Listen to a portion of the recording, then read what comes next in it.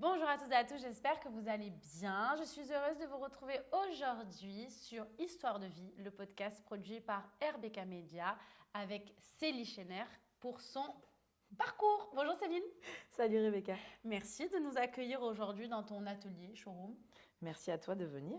Je suis vraiment très contente d'être avec toi parce qu'on se connaît en plus depuis très longtemps, faut savoir, Marseille-Vert. Je dirais bien 20 ans. 20 ans, donc j'ai vu l'évolution de ton parcours, donc bravo. Tu étais Merci. comment petite? Est-ce que tu étais déjà créative?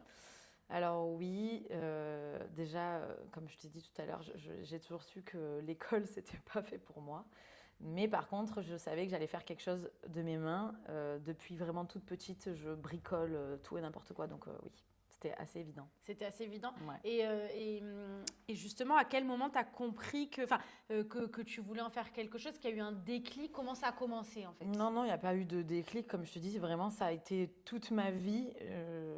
J'ai toujours été très manuelle. Le seul truc que je gère pas du tout, c'est la cuisine, je sais pas pourquoi. Mais du coup, j'ai toujours su, donc non, il n'y a pas eu de déclic.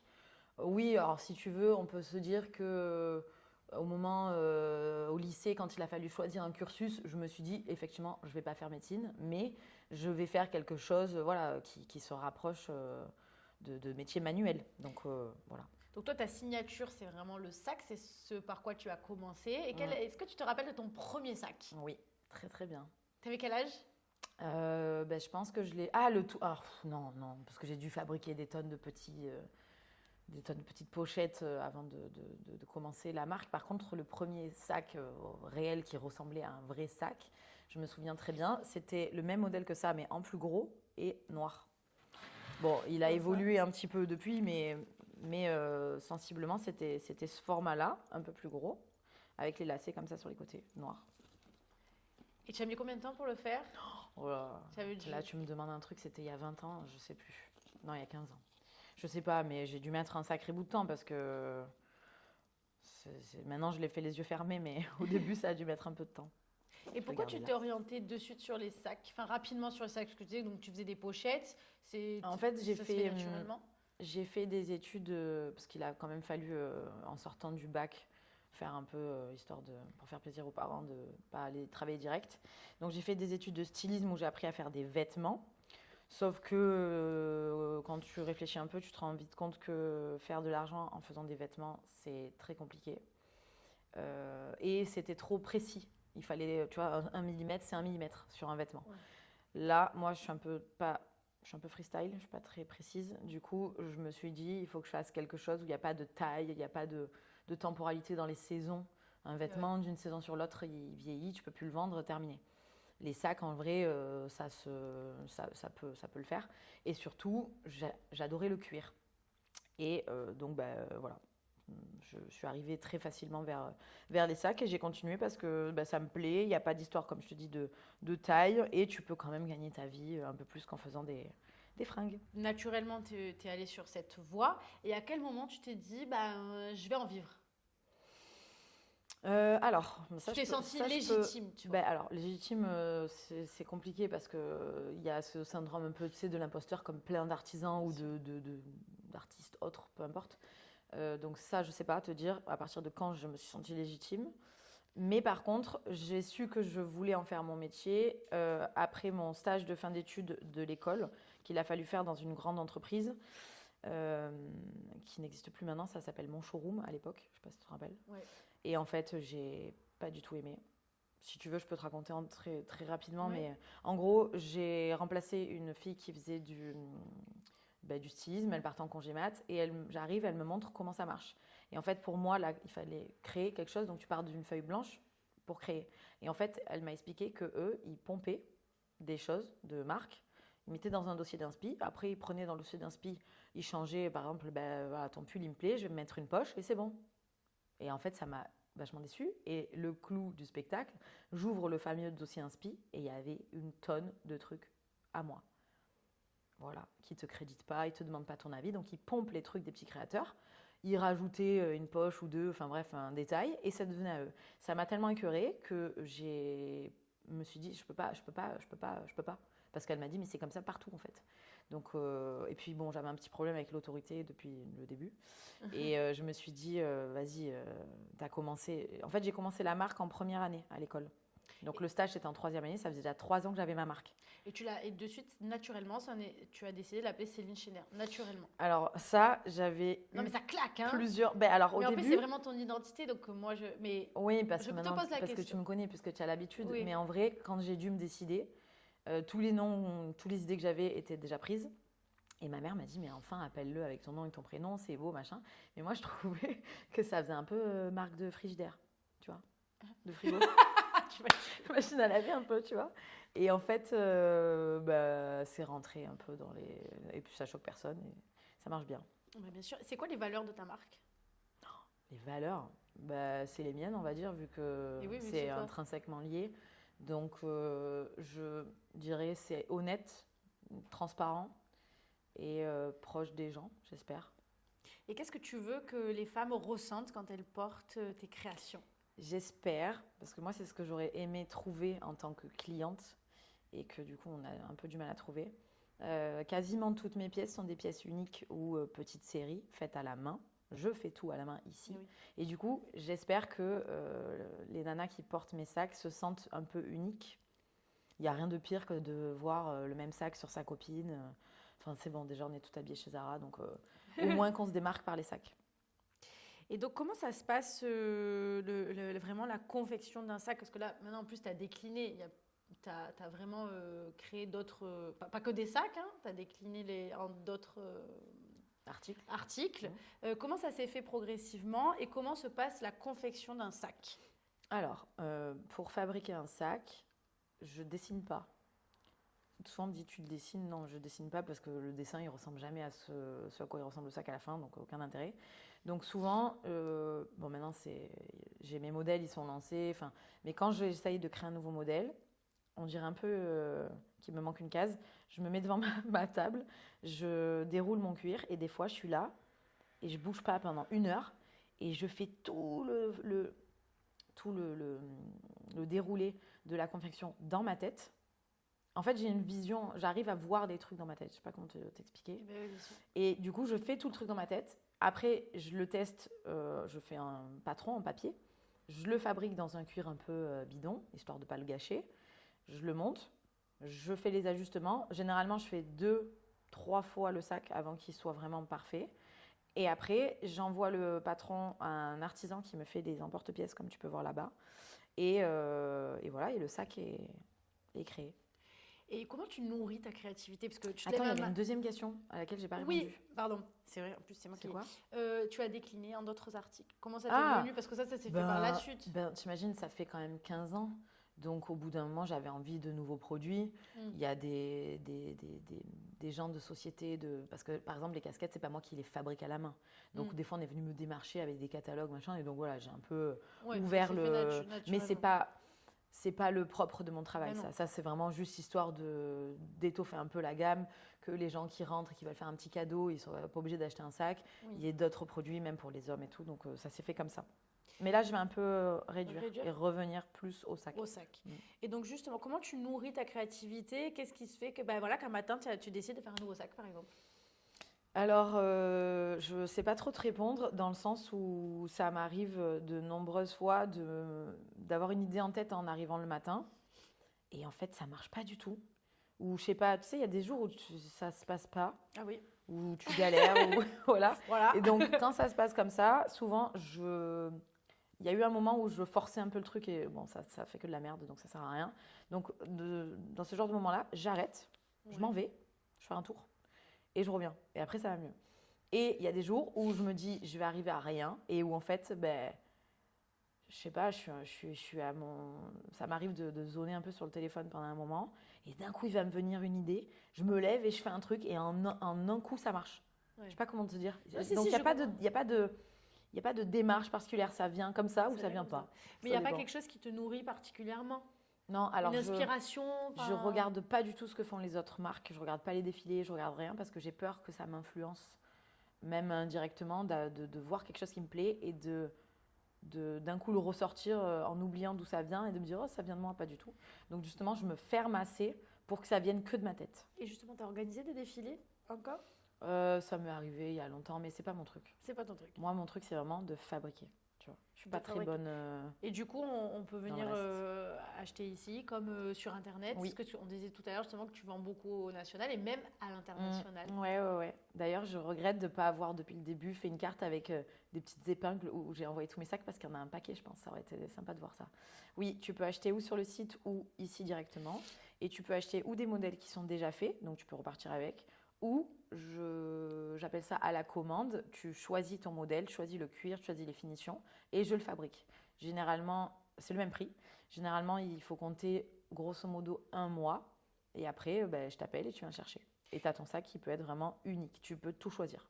Et donc justement, et on peut venir aussi le fabriquer ici. Oui, c'est vrai, j'ai oublié de te le dire. Donc ça s'appelle, j'appelle ça les ateliers. Donc je passe généralement une après-midi avec la cliente et je lui fais faire toutes les étapes qu'elle peut faire, mais il y en a beaucoup. Moi, la seule chose que je ne laisse pas faire, c'est la machine à coudre parce que c'est un engin de mort. Tu peux te couper un doigt ou te crever un œil. Donc je le fais moi. Mais la cliente, elle repart avec son sac qu'elle a fait franchement à 80%.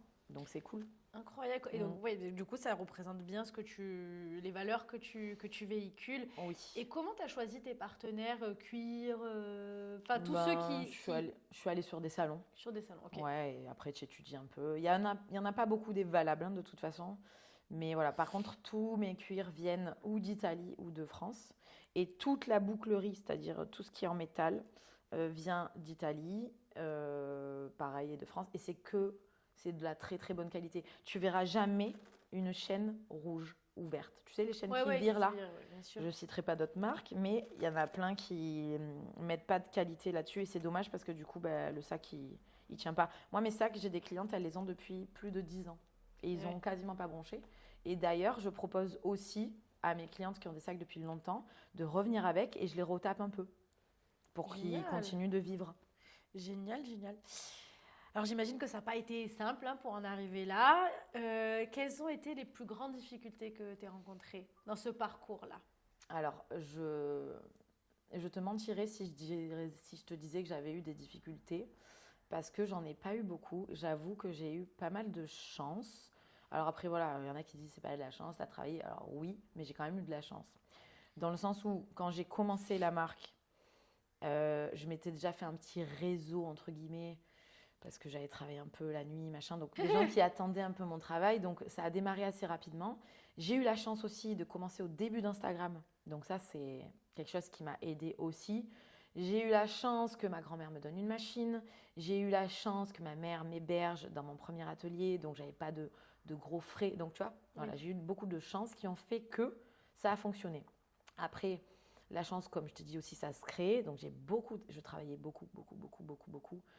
Même quand j'ai eu mon fils, je me rappelle, je le déposais à la crèche à 7h30. Je travaillais jusqu'à 19h, 19h30, j'allais le chercher. Le soir, je me tapais des 2h, 3h de retouche parce qu'à l'époque, je retouchais sur Photoshop la lumière. Enfin bref, je me suis arrachée. Ça ne s'est pas fait non plus tout seul. Mais il y a eu plein de facteurs dans ma vie qui ont fait que des fois, je me suis retrouvée au bon endroit au bon moment. Voilà, donc j'ai quand même eu beaucoup de chance. J'ai pas eu trop de galères. Tu as déjà douté? Non plus? Oui, plein de fois, mais même encore maintenant, ça m'arrive. Comme je travaille toute seule et que ma vie perso est reliée à ma vie pro, c'est tout mélangé, comme tout un chacun, quand tu vas pas très bien, des fois tu as envie de tout envoyer péter en fait. Donc oui, ça m'arrive encore. Et comment tu passes ça? Ça dépend dans quelle période du mois je suis. Nous avons le cycle. Mais ça, franchement, ça y joue trop. Bien sûr. Donc, si moralement ça va, je me fous un gros coup de pied au derrière, je vais faire un tour, je vais voir la mer, je respire un coup et ça va mieux. Et si ça va pas trop, je ferme la porte et je vais boire un coup avec mes copines et ça va mieux. Parce que justement, toi, tu es une entrepreneur, mais tu es aussi maman, donc célibataire. Oui. Comment t'es arrivée à concilier l'entrepreneuriat, la maternité, trouver un équilibre? Écoute, alors il y a un truc dans ma vie, faut pas le voir de manière péjorative, pardon, mais je réfléchis pas trop. Je suis pas je suis pas quelqu'un qui cogite des heures avant de faire un truc. Souvent, je fonce, je fais, et comme je t'ai dit, j'ai eu de la chance, ça passe bien.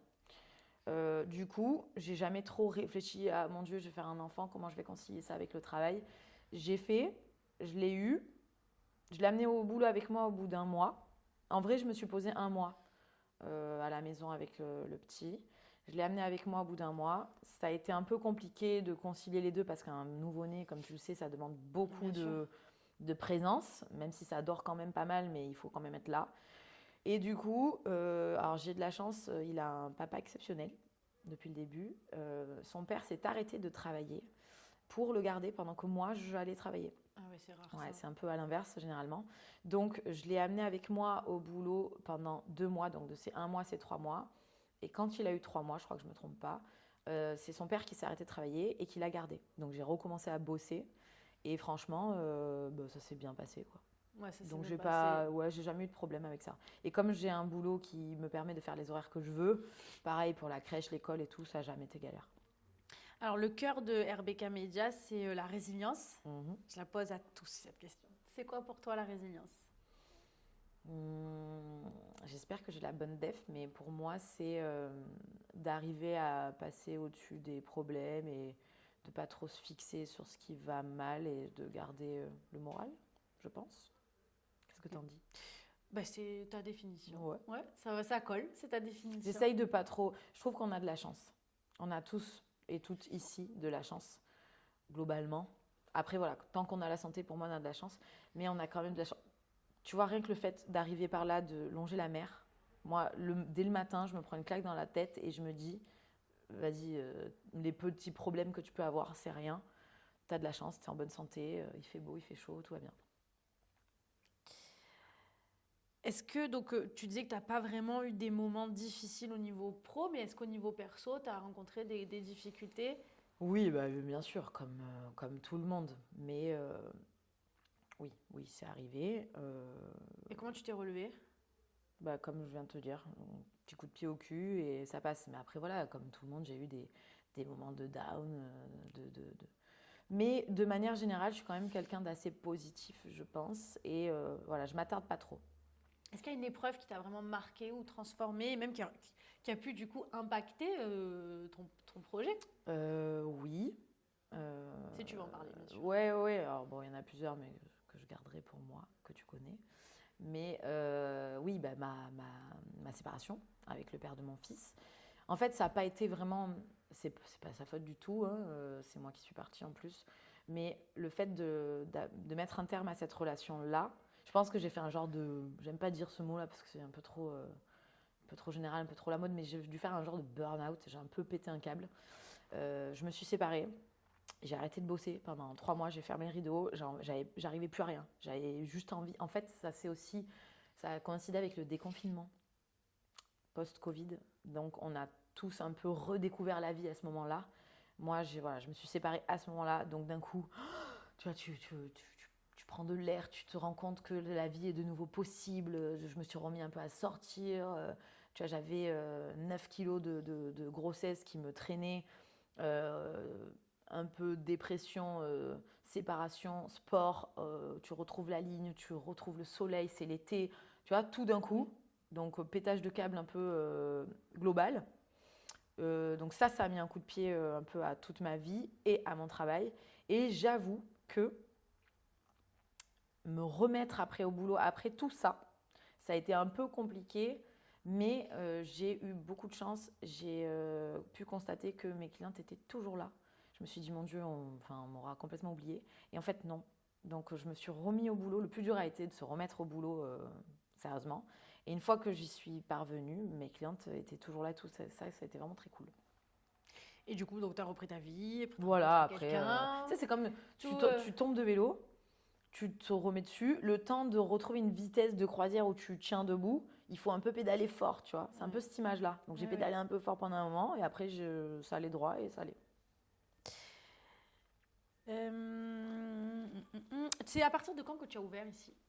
J'ai ouvert ici en septembre 2022. Nous sommes en avril 2026. Ça fait 4 ans. Ouais. Presque. Et est-ce que c'était important pour toi que ça soit la Pointe Rouge? Ouais. Oui. Et ouais. Alors, moi, j'ai grandi ici. On était d'ailleurs toutes les 3 Eh ben oui, on était à toutes Marseille-Vert, donc à 800 mètres d'ici. Mes parents habitent là, j'habite là. Donc oui, c'était important pour moi de revenir par là. J'ai passé 7 ans dans l'atelier que je partageais avec ma mère, qui a une agence immobilière, donc rien à voir. Mais j'étais à Cantigny, donc un peu plus loin. Mais c'est bien, mais c'était pas mon quartier. Donc oui, là, je suis ravie. Et puis je vois la mer, donc ça doit bien te nourrir. Hein. oui, très contente. Quelle est ta vision future? Alors, ça peut être un peu considéré comme un défaut, mais je m'en fous. Je sais pas te répondre à ça, je sais pas. Parce que je me laisse un peu porter.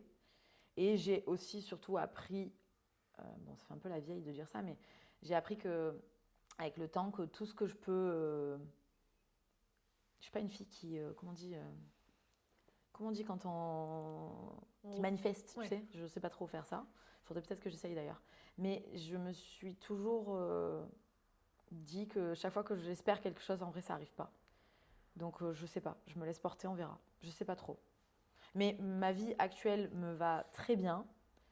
Ça peut être vu comme un manque d'ambition, mais Non, moi, je suis très bien comme ça. T'es alignée, c'est ça qui est Ouais, important. je suis bien. Je Et trouve donc, que si ça... c'est dur d'être alignée. Donc, si ça continue comme ça me va. On verra. Eh ben, on te le C'est souhaite. les surprises de la vie.